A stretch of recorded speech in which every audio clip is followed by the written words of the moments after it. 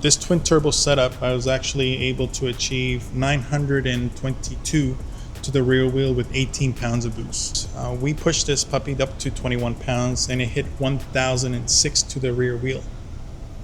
The data shows as well that at 16 psi, it hit 808 to the rear wheel.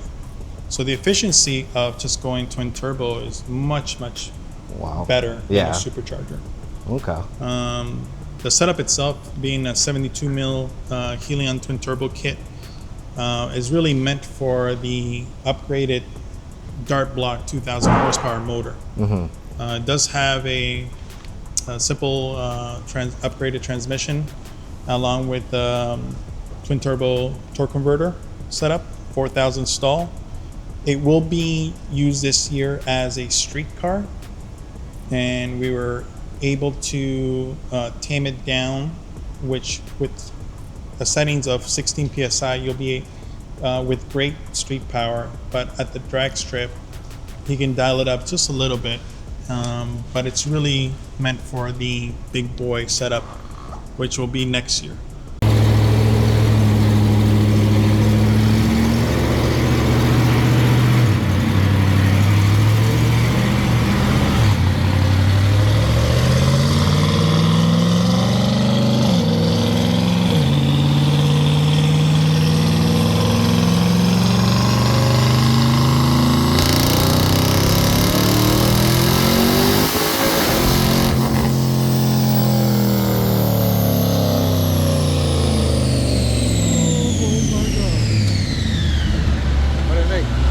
Holy smokes! 1006 on pump gas with our Bluetooth pulley. Check that out.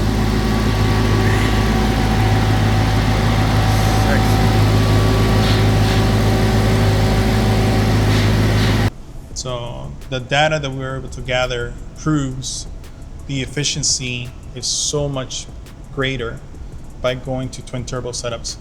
It's kind of like our answer to the ZR1, which makes 1064 flywheel horsepower on pump gas.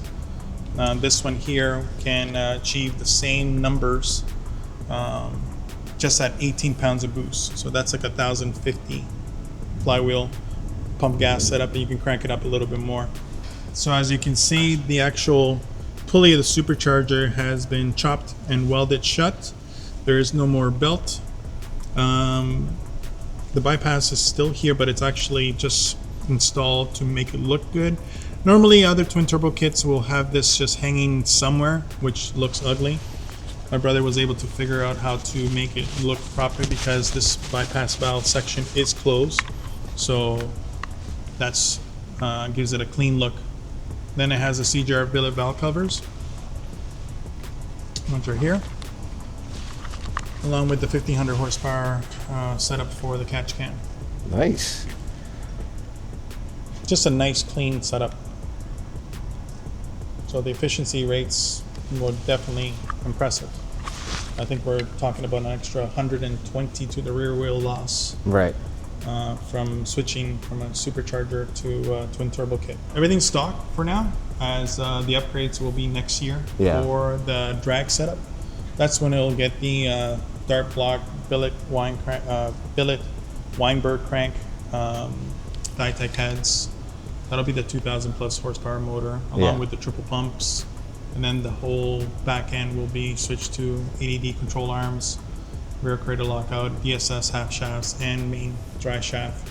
So it'll be drag ready. The idea is to be still full interior, go to the track and run low 8s with no issues, and then basically switch the actual boost settings for street use. So you can have best of both worlds. Right, nice.